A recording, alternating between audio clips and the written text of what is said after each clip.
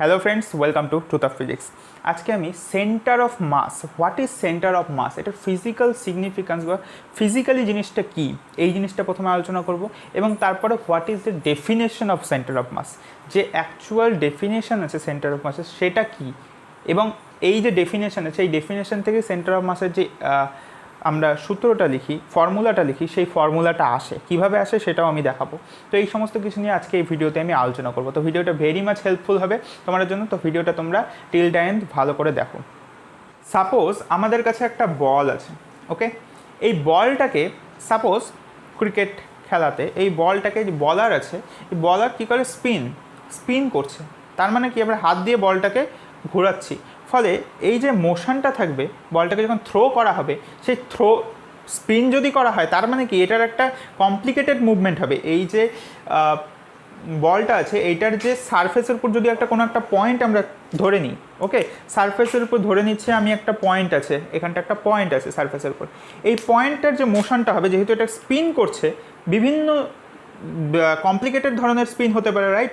তার মানে এই পয়েন্টটা আমাদের কখন কোথায় আসছে গতিপথে সেটার গতিপথটা কিন্তু একটা কমপ্লিকেটেড হবে। কিন্তু ওভারঅল যদি আমরা বডি অর্থাৎ ওভারঅল বলটার যদি মোশন দেখি তাহলে কী হবে, বলটা এখান থেকে সাপোজ এখানটা পড়লো একটা প্যারাবোলিক পাথ। যদি আমি প্যারাবোলিক পাথের কথা চিন্তা করি তার মানে কি বলটাকে আমি স্পিন তো করলাম, বলের উপরে প্রতিটা পার্টিকেলের যে গতিপথ আছে সেটা খুব কমপ্লিকেটেড, বাট ওভারঅল যে বলটা আছে সেটার গতিপথটা কি একটা প্যারাবোলিক শেপ। এইবার একটা জিনিস লক্ষ্য করো, এই বলের যে সেন্টার হবে, এই বলটার যে সেন্টার হবে সেই সেন্টারটার গতিপথটা কীরকম হবে, অর্থাৎ এই যে বলটা আছে এই বলটাকে আমি স্পিন করলাম, এটার কোনো একটা ধরনের আরবিটারি স্পিন হচ্ছে, এর সাথে সাথে এটার একটা মোশন আছে, ওভারঅল মোশনটা হচ্ছে আমাদের এরকম ধরনের একটা প্যারাবোলিক পাথ। তার মানে এই ওভারঅল মোশনটা তো একটা প্যারাবোলিক পাথ, এবং এর যে সেন্টার আছে লক্ষ্য করলে দেখা যাবে যে এর সেন্টার যে আছে এইটার পাথটাও একদম সেম। সেন্টার যে হবে, সেন্টারের যে গতিপথটা হবে সেটাও কিন্তু আমাদের প্যারাবোলিক পাথই হবে। তো এইটাই হচ্ছে আমাদের সেন্টার অফ মাস, এই যে পয়েন্টটা আছে এইটা আমাদের centre of mass of this object, এই বলটার সেন্টার অফ মাস। তার মানে সেন্টার অফ মাস একটা স্পেশাল পয়েন্ট কোনো একটা অবজেক্টের, যেইটার স্পেশালিটিটা হচ্ছে এইরকম যে বডিটার ওপরের যে কোনো পয়েন্টের যে মুভমেন্ট আছে সেটা আলাদা রকম হতে পারে, বাট ওভারঅল যে বডিটার যে গতিপথ আছে সেটা এবং তার সেন্টার অফ মাসের যে গতিপথ আছে, সেন্টার অফ মাসের গতিপথটা আছে সেটা সেম হবে। এইটা ফিজিক্যালি জিনিসটা কি, যে সেন্টার অফ মাস পয়েন্টটা আমরা কীভাবে বুঝবো যে কোনটা আমাদের সেন্টার অফ মাস, ফিজিক্যালি জিনিসটা বোঝার একটা উপায় এই জিনিসটা।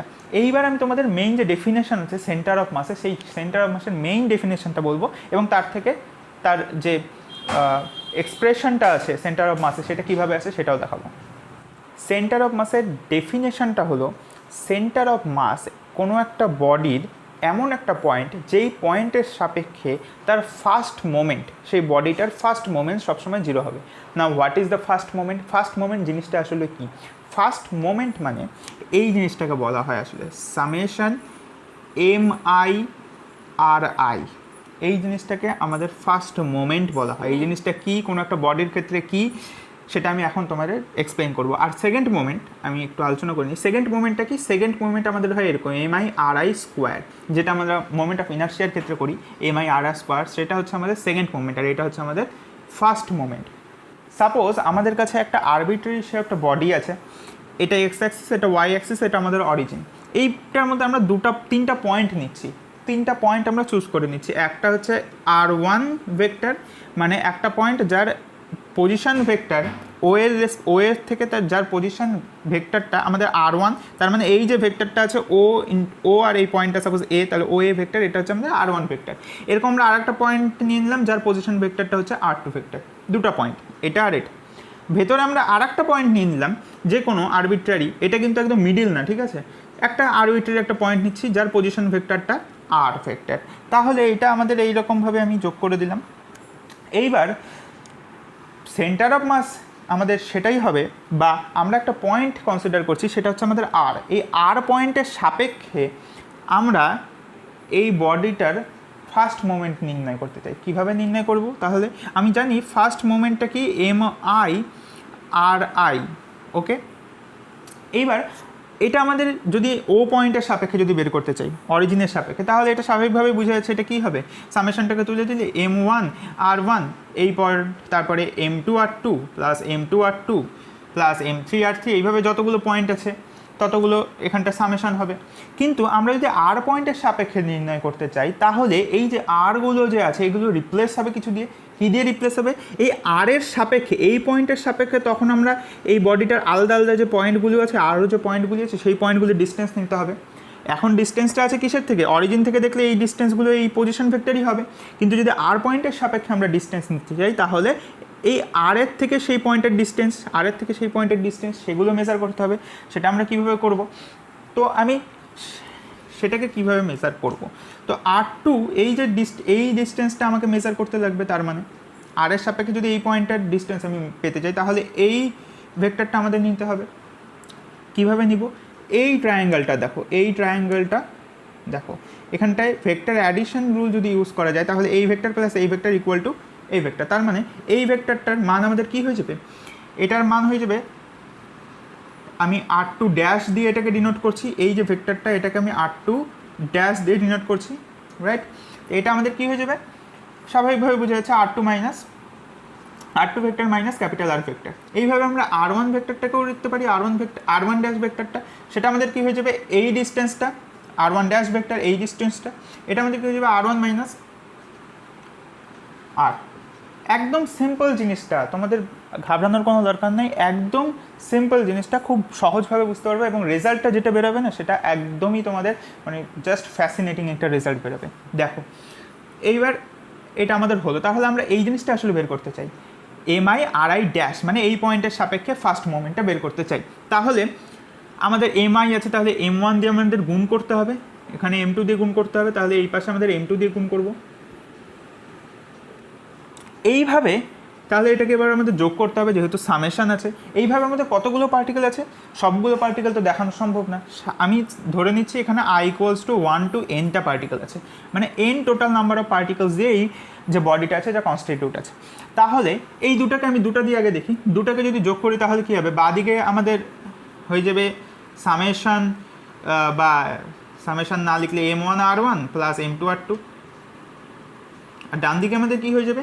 এই দুটোকে যদি যোগ করা যায় তাহলে আমাদের এরকম আসবে, M1R1 ড্যাশ হবে বাঁ দিকেরগুলোতে, আর ডান দিকেরগুলোতে M1R1 plus M2R2 minus R vector into M1 plus M2, এরকম ধরনের হবে। তাহলে এই জিনিসটাই আমাদের হবে যখন আমি সামেশন টোটালটার জন্য করব, তাহলে সেটা কি আসবে? অর্থাৎ জেনারেল কেসটা, সেটাকে আমি লিখব এবার। তো জেনারেল কেসটা আমাদের আসবে এরকম,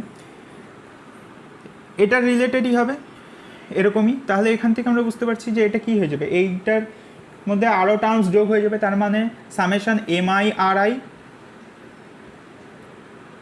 right, summation MI/RI minus R vector into summation MI, right. এখানটা টোটাল মাসটা আরটা বাইরে চলে আসবে, কারণ আরটা তো একটা ফিক্সড পয়েন্ট আমাদের, আরটা একটা ফিক্সড, এই পয়েন্টগুলো আমাদের ভ্যারি করছে, RI-টা ভ্যারি করছে, R1টা আমাদের এই ডিস্টেন্সটা, R2টা এই ডিস্টেন্সটা, R3টা হয়তো এইখানে একটা পয়েন্ট হবে R3, তার মানে কি RI-টা আমাদের ভ্যারি করছে, ফলে এটা সামেশনের বাইরে আমরা আনতে পারবো না, কিন্তু আরটাকে বাইরে আনতে পারবো, কারণ এটা একটা ফিক্সড পয়েন্ট আমরা ধরে নিয়েছি, ফলে আরটাকে আমরা বাইরে নিয়ে এসেছি।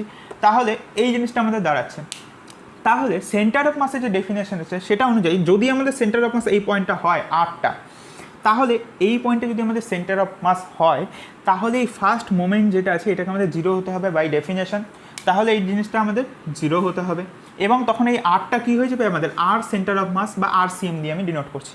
তাহলে এই যে RCM আছে এইটাই তো আমাদের নির্ণয় করতে হবে, এই RCMটা। তাহলে এই জিনিসটাকে এদিকে নিয়ে যাই, নিয়ে গিয়ে আমি একবারে করছি, এই জিনিসটাকে এদিকে রাইট হ্যান্ড সাইডে নিয়ে গিয়ে আমি RCMটা লিখতে পারি না এইভাবে, RCM is equals to summation MI/RI divided by summation MI। এইটাই হচ্ছে আমাদের এই বডিটার জন্য যে RCM, অর্থাৎ তার সেন্টার অফ মাসের যে পজিশন ভেক্টর হবে এই O থেকে, তার যে ফর্মুলা আছে সেটা আমাদের চলে আসলো। তো এই ফর্মুলাটাই তোমরা তোমাদের বইয়ে পাবা। তো এই ফর্মুলাটা আসছে কোথার থেকে? এটা স্ট্যান্ডার্ড যে আমাদের ডেফিনেশান আছে সেন্টার অফ মাসের, যে first moment equals to zero হবে, এই জিনিসটা ইকুয়াল টু জিরো হবে, সেখান থেকে আমাদের এই ফর্মুলাটা আসছে। তো এইটার উপর বেস করে তোমরা সমস্ত ধরনের অঙ্ক করে নিতে পারবে। যেমন সাপোজ আমাদের কাছে একটা কনফিগারেশন দেওয়া আছে এরকম ধরনের, এ সেন্টার অফ মাস কী হবে, সেখানটায় আমাদের পার্ট করে নিতে হবে যে এখানে এক্স অ্যাক্সিস, এখানে ওয়াই অ্যাক্সিস করে নিতে হবে, এখানে এক্স, তাহলে এক্স সিএমটা আমাদের আলাদাভাবে বের করতে হবে এটা অনুযায়ী, আবার ওয়াই সিএমটা আমাদের আলাদাভাবে বের করতে হবে, যেটা হবে সেটাই আমাদের অ্যান্সার হবে। এরকম একটা কন্টিনিউয়াস যদি সিস্টেম থাকে, কন্টিনিউয়াস, এখানটা কি ডিসক্রিট সিস্টেম, কন্টিনিউয়াস সিস্টেমের ক্ষেত্রে আমরা জানি সামেশনটা আমাদের ইন্টিগ্রেশনে কনভার্ট হয়ে যায়, তখন আমাদের যে আর সিএমের ফর্মুলা হবে সেটা হবে আমাদের এরকম ধরনের, ইন্টিগ্রেশন আর dm divided by integration dm, এইটা হবে আমাদের ফর্মুলা। তো এই ফর্মুলাটাকে ইউজ করে বিভিন্ন ধরনের কনফিগারেশন, যেমন আমাদের কোন, সলিড কোন, হলো কোন, বা বিভিন্ন ধরনের স্ফেয়ার, কোনো semi circular ring, semi circular lamina, এই সমস্ত ধরনের centre of mass easily calculate করা যায়। আমি পরে আরও ভিডিও বানাবো বিভিন্ন ধরনের অবজেক্টের জন্য সেন্টার অফ মাস কীভাবে ক্যালকুলেট করা যায়, সেগুলোর জন্য আমি আলাদাভাবে ভিডিও বানাবো। তো আশা করছি আজকে যে কনসেপ্টসগুলি আমি বুঝলাম, ফিজিক্যাল কনসেপ্টস অ্যান্ড কীভাবে আমাদের সেন্টার অফ মাসের যে ফর্মুলাটা আসলো, কীভাবে আসলো, এই জিনিসগুলো তোমরা খুব ভালো করে বুঝতে পেরেছো। ভিডিওটি ভালো লাগলে বন্ধুদের মধ্যে অবশ্যই শেয়ার করে দেবো, এবং চ্যানেলে নতুন আসলে অবশ্যই চ্যানেলটিকে সাবস্ক্রাইব করে বেল আইকনটিকে প্রেস করে দেবো পরবর্তী যে ফিজিক্সের বিভিন্ন কনসেপ্টসের উপরে ভিডিও হবে তার নোটিফিকেশানস পেয়ে যাওয়ার জন্য। So thank you for watching.